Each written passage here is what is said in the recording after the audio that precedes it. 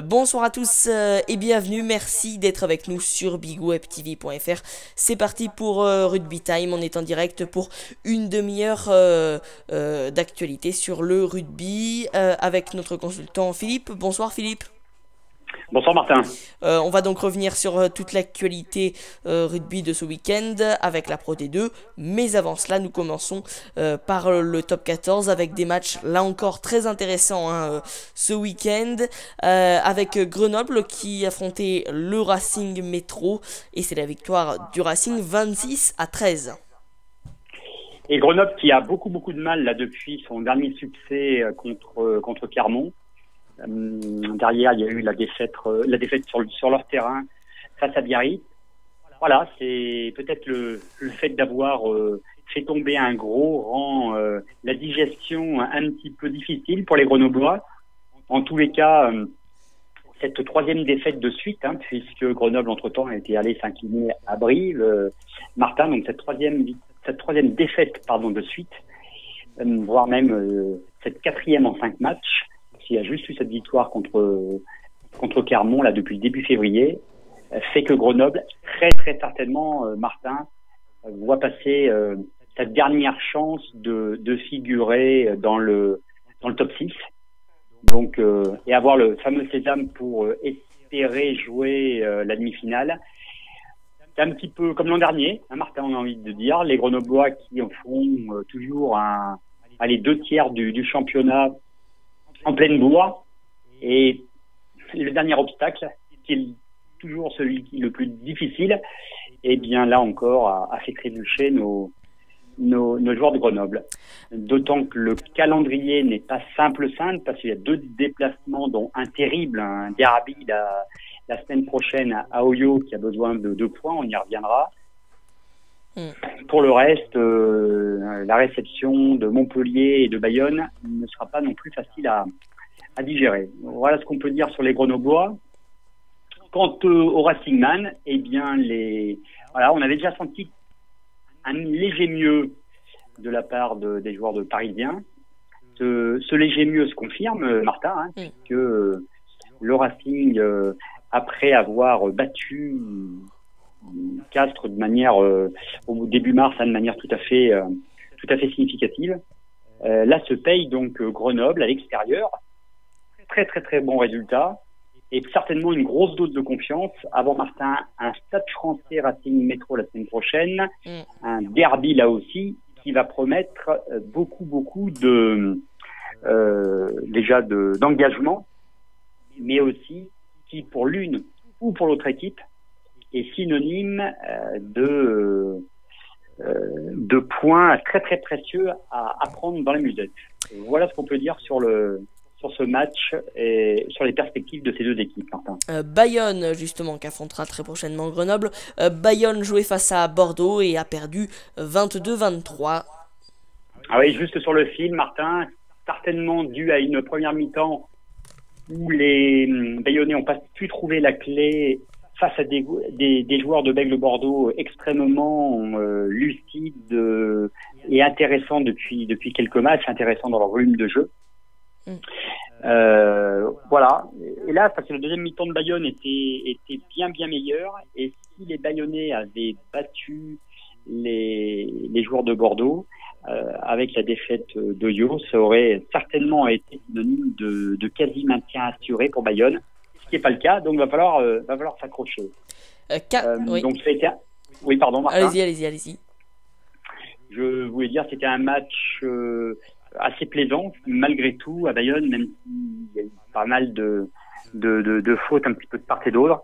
Et puis je m'arrêterai 2 minutes sur cette équipe de Bègles Bordeaux qui nous étonne. C'est la bonne surprise de cette fin de saison, et avec un match en retard qu'il va falloir aller jouer à Oyonnax quand même, c'est pas simple, mais malgré tout, avec ce match de retard, Bordeaux-Bègles peut vraiment jouer un coup pour se qualifier dans les 6, qui serait véritablement un sacré coup de performance, un sacré coup de poker réussi là par tout l'encadrement de Bordeaux-Bègles. Mais c'est vrai que ils nous ont sorti de sacrés matchs ces derniers temps. Voilà donc pour Bayonne-Bordeaux. Castres face à Brive et la victoire donc de Castres 38-6. Alors il y avait une petite revanche pour les Castrés qui avaient, on s'en souvient, pris une sacrée dérouillée à Brive lors du match aller.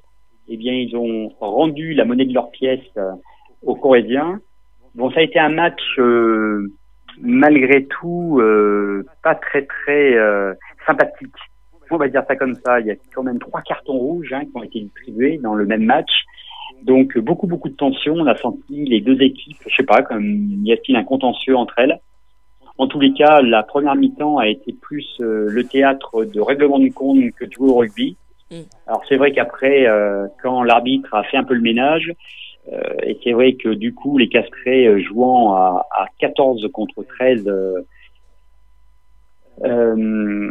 brivistes, ça a été beaucoup plus facile. Le résultat, c'est que Brive a explosé dans les 10 dernières minutes, qui a permis à 4 de prendre ce bonus offensif et qui leur permet de se positionner comme toujours un des prétendants à leur propre succession au Brennus. Mais c'est un match très sincèrement Martin a oublié. Voilà donc pour celui-ci. Oyonnax qui affrontait Montpellier et Oyonnax qui continue à chuter après donc sa défaite 8-22. Oui, Martin, c'est absolument. Et une défaite qui tombe au plus mauvais moment, si je peux dire, pour Oyo, qui avait la réputation d'être quasi invincible dans son antre de Charles Maton. On savait que simplement en plus avec les circonstances liées au temps, avec de la neige qui s'était abattue sur le terrain, on pouvait penser que les joueurs d'Oyo habitués à ces températures pouvaient faire encore un exploit, si je peux dire, contre une grosse écurie. Seul le Stade Français, rappelez-vous, Martin, avait été gagné là-bas à Oyo. Mais là, ils sont tombés sur mieux organisé qu'eux, avec un train-duc très bien aspiré. Très honnêtement, Oyo n'a pas tenu la dragée haute à cette équipe du Montpellier. Très mauvaise opération comptable. Attention, car il reste pas beaucoup de matchs. Et maintenant, Oyonnax a son destin entre ses mains pour pouvoir s'en sortir. Quant à Montpellier, Martin, eh bien, il se repositionne pour viser et briguer l'une des 2 premières places qualificatives sans passer par la case barrage. Attention à Montpellier, ça peut être on l'a dit depuis longtemps, Martin, mais c'est un vrai outsider pour le Brennus cette année, clairement. Attention Philippe, c'est officiel, Biarritz ira en Pro D2 l'an prochain après sa défaite sur la pelouse de Perpignan, 16-10. Oui, c'est pas du tout une surprise, Martin. On attendait simplement l'heure de l'échéance finale. Voilà, elle est arrivée. Quelle tristesse, on a envie de dire, d'abord pour le Pays Basque, parce que c'est vrai que Biarritz, c'est quand même un des clubs phares du rugby français. Mais bon, c'est vrai que ces 2-3 dernières années déjà, ça avait été un peu compliqué pour Biarritz, flirtant plutôt avec le bas du classement qu'avec le haut. Mais là, cette année, la marche a été trop haute pour les Biarros, minée par déjà en début d'année des problèmes de transfert de joueurs qui n'ont pas abouti à cause de la direction générale de la surveillance des clubs. Après, derrière, des blessures, je dirais une gestion compliquée de certains cadres. Bon, tout ça a fait que le club basque s'est très vite retrouvé à la dernière place et ils en sont jamais sortis. Le coup de grâce a quasiment été la défaite sur leur terrain face à Bayonne sur le derby et puis voilà. Donc Biarritz est en Pro D2. Voilà. Maintenant, Martin, attention pour les Biarros parce que quand on voit le niveau de la Pro D2, il va falloir que Biarritz resserre fortement les boulons pour pas se retrouver directement ensuite en Fédéral 1. C'est un risque qu'il faut ne pas écarter du côté de Biarritz. Quant à Perpignan, on la reconnaît mal cette équipe, Martin. On la reconnaît pas du tout. Cette équipe qui avait l'habitude d'imposer son jeu sur leur pelouse. Déjà, là, c'est plus du tout le cas. Bon, c'est vrai qu'ils ont joué avec la peur au ventre. mais c'est vraiment pas l'équipe de Perpignan qu'on a connue ces dernières années. Attention pour les Perpignanais, là encore, un calendrier qui est pas super favorable. Ils se retrouvent dans les possibles relégables, encore et toujours, hein, avec Oyo et Bayonne. La lutte sera dure pour Perpignan jusqu'à la fin de la saison. C'était donc le match que tout le monde attendait, Clermont face à Toulon. C'était les deux premiers qui s'affrontaient vendredi soir et c'est finalement Clermont qui l'a emporté 22-16. Oula oui, mais Martin, l'interview d'Aurélien Rougerie à la fin du match qui parlait de miracle pour Clermont d'avoir gagné ce match, ça c'est très très clair.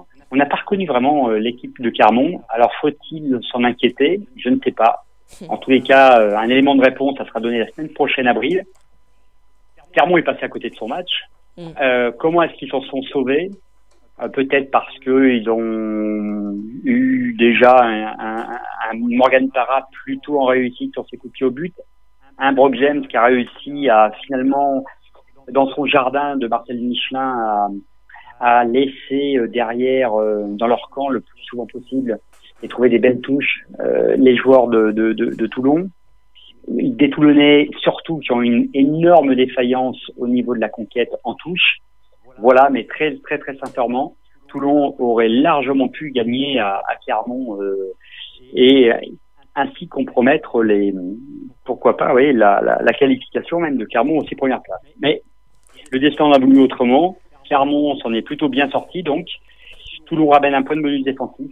C'est pas cher payé et on a retrouvé, Martin, un très très bon Frédéric Michalak, je tiens à le signaler, qui nous a fait peut-être sa meilleure partie depuis de très très nombreux matchs en top 14. Ça fait plaisir de le revoir à ce niveau-là, en tous les cas. Voilà donc pour les résultats de top 14, Philippe. On a juste oublié, Martin, le Stade français, oui. Et contre le Stade Toulousain. 27-27, match nul. Voilà, match nul, mais match nul que au niveau du résultat, car un match exceptionnel en termes d'intensité, de combat, 7 essais marqués, un Stade français qui normalement devait largement s'imposer, grosse première mi-temps, et puis voilà, la machine toulousaine s'est mise en marche en deuxième mi-temps, remontant 19 points, Martin, 19 points en deuxième mi-temps. Et pour finir quasiment à la dernière minute, pour marquer cet essai libérateur, en tous les cas libérateur pour prendre les 2 points du match nul. Bravo à Toulouse, mais bravo aussi au Stade français. Et vous allez nous confirmer avec le classement, oui. Un resserrement, comme toujours, mais encore plus fort de cette 8 équipes là, et bien malin, qui pourra dire qui sera finalement les 6 premières. Moi, j'avais déjà donné quelques favoris, Martin, lors de nos dernières semaines d'interview. Effectivement, tout au long de l'année. Pour le classement, donc, Philippe, on retrouve Clermont en première position avec 64 points. Toulon est donc second avec 61 points. Même nombre de points pour Montpellier. Castres, 4e. Le Stade français est 5e. Brive est 9e avec 51 points. Grenoble est 10e. Perpignan, 11e. Et puis, Oyonnax est à 13e avec 39 points et Biarritz est 14e avec 24 points. Juste le Stade Toulousain, on l'a pas dit, mais le Stade Toulousain est en 6e position, voilà, avec ses 57 points après son match nul face au Stade français 27-27. Philippe, on va à présent passer à la Pro D2. Peut-être un dernier mot à dire au niveau du top 14? Non, vous l'avez bien résumé, Martin. Aujourd'hui, on va dire 8 équipes peuvent prétendre aux 6 premières places, puisque si Bordeaux-Bègles gagne son match sur la pelouse d'Oyo, même sans le bonus offensif, avec 58 points, il serait à hauteur du Stade français, ce qui d'ailleurs pousserait le Stade toulousain et le Racing Métro un peu derrière. Mais avec le jeu des 4 derniers matchs, des réceptions, vraiment tout peut arriver. Aucune équipe ne peut dire aujourd'hui j'ai validé mon ticket, même pour les 6 premières places. Et vous l'avez cité pour le moment Clermont qui est en tête, mais même Clermont peut trébucher car son calendrier de réception et de déplacement n'est pas forcément favorable. Donc Mais c'est bien pour le suspense. Et puis, autre suspense, c'est qui va accompagner Biarritz en Pro D2. Je vous avoue, Martin, que je suis un petit peu plus inquiet là pour Oyo depuis on va dire ça, quand même sa faible performance contre Montpellier hier. Très bien, Philippe, merci beaucoup pour toutes ces précisions au niveau du top 14. On va à présent passer à la Pro D2 avec des résultats. Là encore, ils se sont tous terminés, les matchs. Donc comme ça, on va pouvoir faire le point complet. À commencer par Tarbes-Narbonne et la victoire de Tarbes 19-12. Très très belle victoire tarbaise contre des Narbonnais. On l'avait longuement là aussi souligné lors de nos dernières interviews, Martin. Oui. Des Narbonnais qui avaient vraiment le vent en poupe et qui sont toujours d'ailleurs solidement accrochés dans le haut du classement. Donc c'était un match à enjeu pour Tarbes. Il était hyper important de le gagner si les Tarbais voulaient encore garder un espoir de pouvoir prétendre aux places de demi-finalistes de cette Pro D2. Bravo, un très très beau match dans des conditions, on va dire, de grand froid, puisque on se croyait dans le col du Tourmalet sur la pelouse tarbaise. Très bien, Carcassonne face à Agen, victoire de Agen 26-12. Pour Agen, très belle opération qui leur permet de consolider leur troisième place. Pour les Carcassonnais, eh bien, encore une défaite qui fait très très très mal. Non seulement Carcassonne reste englué à la dernière place du classement et voit semaine après semaine se rapprocher la Fédérale 1 à grands pas. Alors, beaucoup de frustration pour Carcassonne, car de ce que j'ai pu entendre, en tous les cas, la victoire d'Agen a été assez polémique, puisque un essai n'a pas été, enfin, a été marqué, a été accepté, a priori absolument pas valable. Ça va encore relancer pas mal de débats sur cette Pro D2. Sur l'arbitrage, etc. Oui, sur l'arbitrage, comme en top 14, qui a été pas mal ébranlé sur les dernières semaines. Notamment hier, lors du match du Stade Français, avec dans les dernières minutes un essai ou non, voilà. Donc voilà. Albi face à Dax, victoire d'Albi 36-5.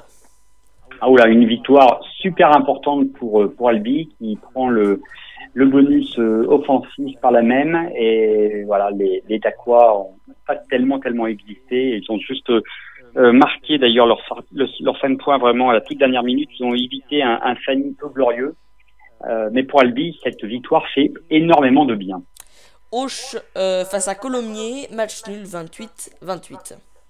Ah, les Occitans peuvent se mordre les doigts, car ils tenaient leur victoire jusqu'à la dernière seconde, jusqu'à cet essai un petit peu assassin pour eux de Colomiers.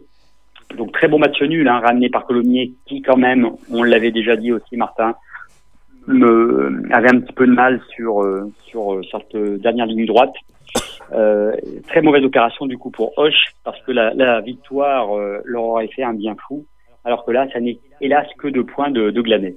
Le Stade Rochelais bat Béziers 27-7. On va dire qu'il n'y a eu qu'une seule mi-temps de jouer, la première, puisque tous les points ont été marqués en première mi-temps. Après, j'ai l'impression que les deux équipes sont rentrées pour peut-être se mettre en mode vacances. En tous les cas, en première mi-temps, ça a suffi pour La Rochelle à prendre cette avance très confortable et surtout à prendre le bonus offensif et de pouvoir rester collé à une distance respectable quand même de Lyon, mais en tous les cas à pouvoir prétendre jouer les demi-finales et pourquoi pas pour eux une remontée également en top 14. Le Loup qui jouait face à Aurillac et la victoire de Lyon 45-16.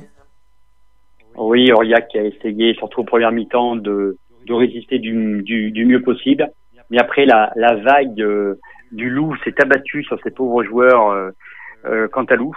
Ils ont plus tellement vu le jour. Bonus offensif à la clé, le Loup mène un train d'enfer dans ce championnat. Et encore une fois, je pense, Martin, que à moins d'une catastrophe, on peut déjà annoncer que le Loup est en top 14 et finira premier. Oui, avec ses 93 points, plus de 10 points d'avance, il n'y a aucun problème. Mont-de-Marsan face à Bourg-en-Bresse, victoire de Mont-de-Marsan 29-6.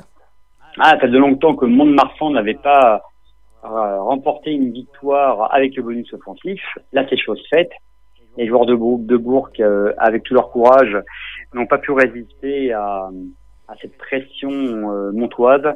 Pour Mont-de-Marsan, donc une victoire qui leur permet qui va leur permettre de finir ce championnat dans les places du milieu, parce que pour moi, à mon avis, Mont-de-Marsan, ils se sont peut-être réveillés un petit peu trop tard, mais ils ne verront pas la possibilité de jouer les demi-finales. Et enfin, on termine par Pau face à Bourgoin, la victoire de Pau 33-20. Oui, le score est presque flatteur pour Pau, qui a eu encore beaucoup de mal à s'extirper du match du piège que leur avaient tendu les joueurs bergaliens. Bon, voilà, en tous les cas, seule la victoire compte pour Pau en ce moment, ce qui a été le cas.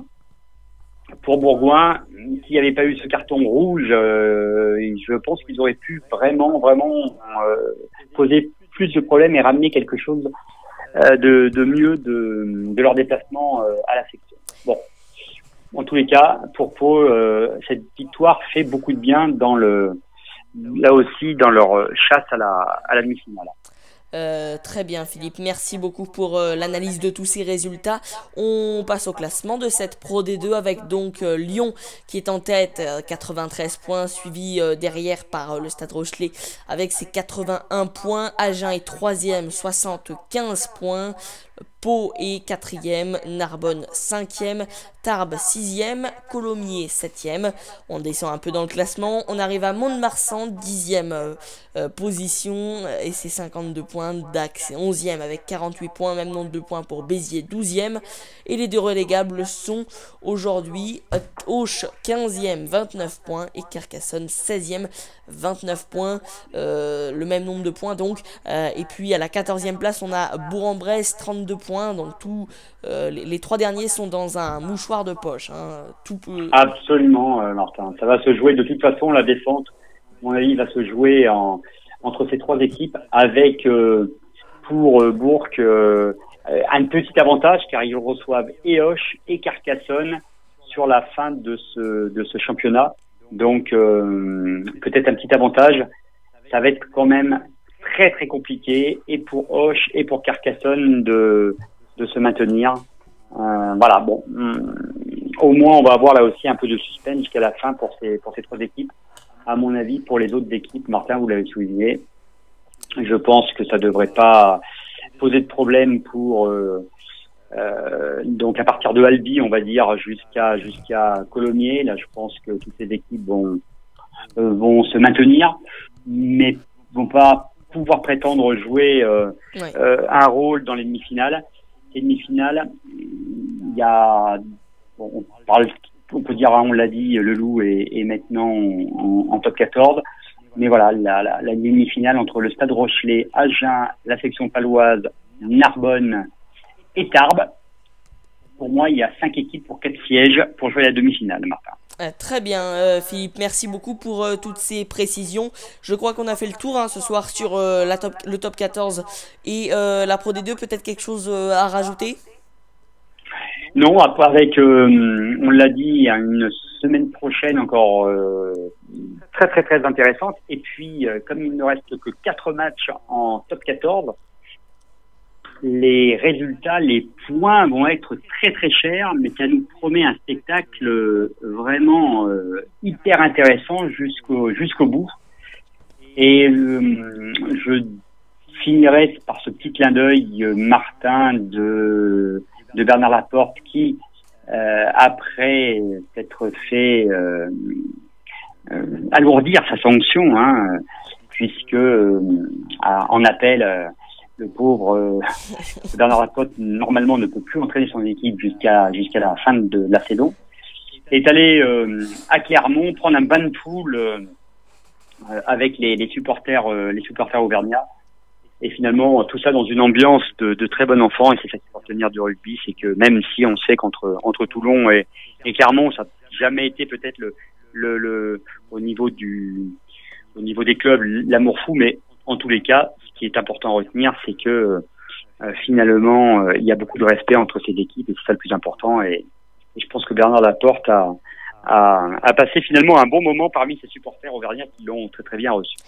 Bonne nouvelle donc, merci beaucoup Philippe pour ce petit clin d'œil. On n'oublie pas également que début avril c'est le retour de la H Cup avec les quarts de finale et nos 3 clubs français qui sont en lice. Ça nous promet une belle fin de saison de rugby. Absolument Martin. Eh bien, merci beaucoup encore une fois Philippe pour la participation, votre participation dans cette émission. Et puis de toute façon, on se retrouve très prochainement pour de toutes nouvelles actualités en direct sur Big Web TV. Merci Martin, bonne soirée à tous et à la semaine prochaine. À la semaine prochaine, au revoir.